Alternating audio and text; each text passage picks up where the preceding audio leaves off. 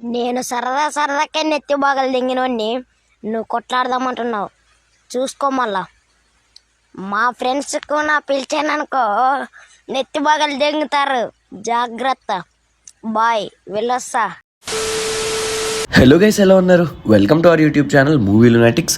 ఈ వీడియోలో మనం డిస్నీ ప్లస్ హాట్స్టార్లో స్ట్రీమ్ అవుతున్న మార్వెల్స్ వాట్ ఇఫ్ సీజన్ 2 నుండి 4th episode explanation and break down చూద్దాం. కంటిన్యూస్గా 9 days 9 episodes స్ట్రీమ్ అవబోతున్నాయి సీజన్ 2లో. ఎవ్రీడే మన ఛానల్లో బ్రేక్ డౌన్ వీడియోస్ అప్లోడ్ అవుతాయి.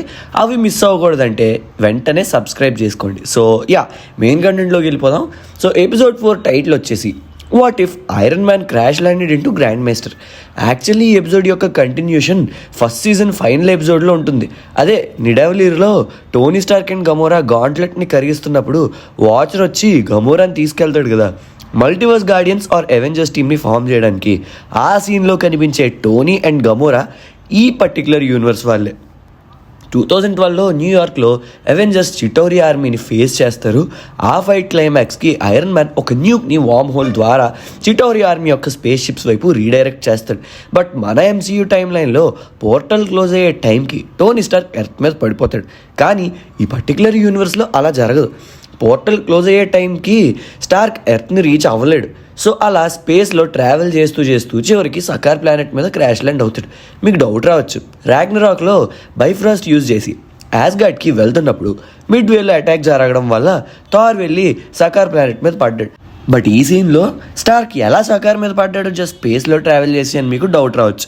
బహుశా వార్మ్ హోల్కి అవతల వైపు ఉన్న చిటోరి ఆర్మీ సకార్ ప్లానెట్కి దగ్గరగా ఉండి ఉండొచ్చు. లేకపోతే అనదర్ పాసిబిలిటీ వార్మ్ హోల్ యొక్క event horizon. Black hole and worm holes యొక్క బార్డర్స్లో ఈవెంట్ హారిజన్ అని ఒక బౌండరీ ఉంటుంది. మేబీ వార్మ్ హోల్ క్లోజ్ అవుతున్న టైంలో అది స్టార్క్ని వేరే ప్లానెట్ అంటే సకార్ మీదకి గ్రావిటేషనల్ స్లింగ్ షాట్ యూజ్ చేసి ఉండొచ్చు. ఈ ప్లానెట్ మీద టైం డిఫరెంట్గా గడుస్తుందని మనకి ఆల్రెడీ రాగ్నరాక్ మూవీ ద్వారా తెలుసు. అండ్ ఈ ఎపిసోడ్లో గ్రాండ్ మాస్టర్ కూడా అదే చెప్తాడు.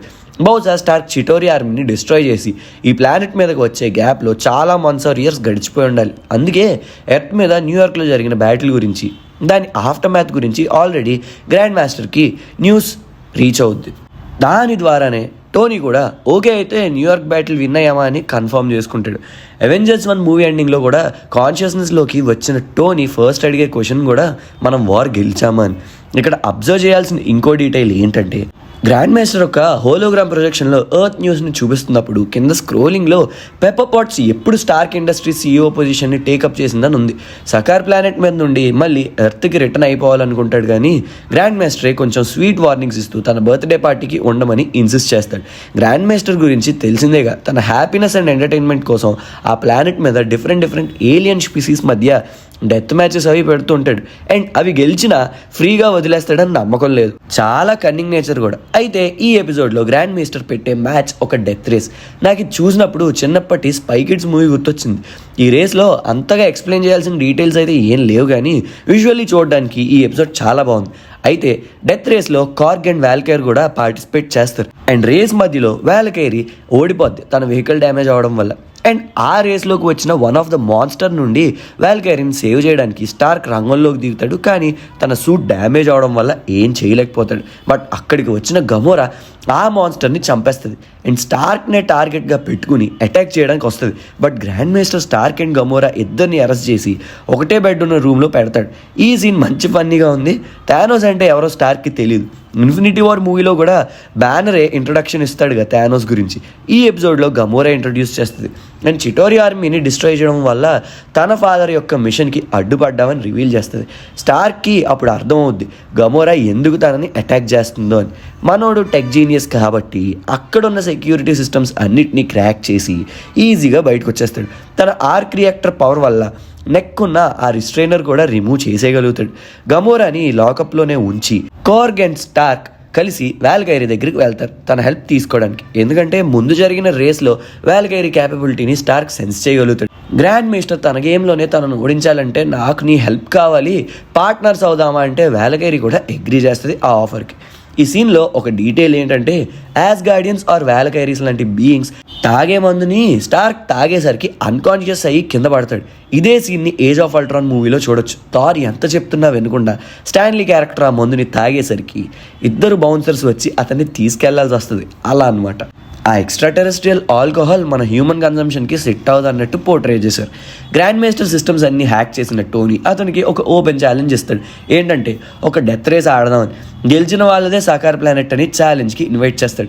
ఏదైనా తను కష్టపడి గెలిస్తే దానికి ప్రైజ్ తీసుకోవడం అనేది స్టార్క్ ఉన్న వన్ ఆఫ్ ద ట్రయల్స్లో ఇది కూడా ఒకటి అనుకుంటా. అందుకే ఏజ్ ఆఫ్ అల్ట్రాన్లో కూడా మియోనీర్కి లిఫ్ట్ చేయగలిగితే నేను యాస్గార్డ్ని రూల్ చేస్తానని థార్తో బెట్ కడతాడు. ఈ రేస్కి టోనీ, కార్గ్ అండ్ వాల్కైరీ ఒక టీం లాగా వర్క్ చేసి రెడీ అవుతారు. స్టార్క్ ఏమో ఒక స్పెషల్ సూట్ని కూడా తయారు చేసుకుంటాడు. మేబీ ఈ సూట్ని మనం death race suit or grand prix suit అని పిలుచుకోవచ్చు. Grand master, Korg and Valkyrie and స్టార్క్తో పాటు బలవంతంగా గమోరాని కూడా ఈ రేస్లో పార్టిసిపేట్ చేసేలాగా చేస్తాడు గ్రాండ్ మాస్టర్.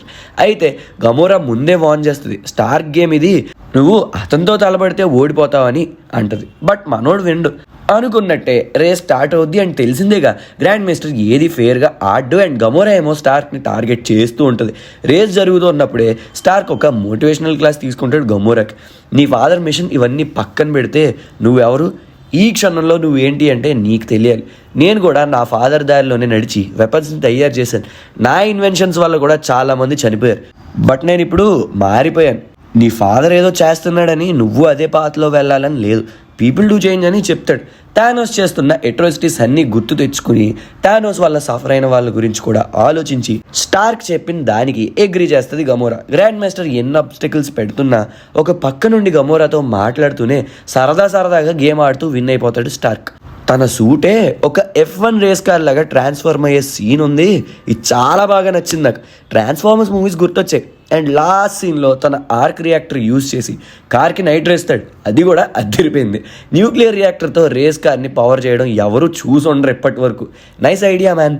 గ్రాండ్ మాస్టర్ అప్పటికి కూడా మ్యాచ్ టై అయిందని వాదిస్తూ ఉంటాడు. బట్ కర్మగాలి టోబాజ్ యొక్క స్టిక్ వచ్చి గ్రాండ్ మాస్టర్ లెగ్కి టచ్ అయ్యి మెల్ట్ అయిపోతాడు. మెల్ట్ అయినా సరే ఈ క్యారెక్టర్ చావలేదు అన్నట్టు క్రెడిట్ సీన్లో చూపించారు. అండ్ ఫైనలీ వాల్కైరీని సర్కార్కి రూలర్ చేస్తారు.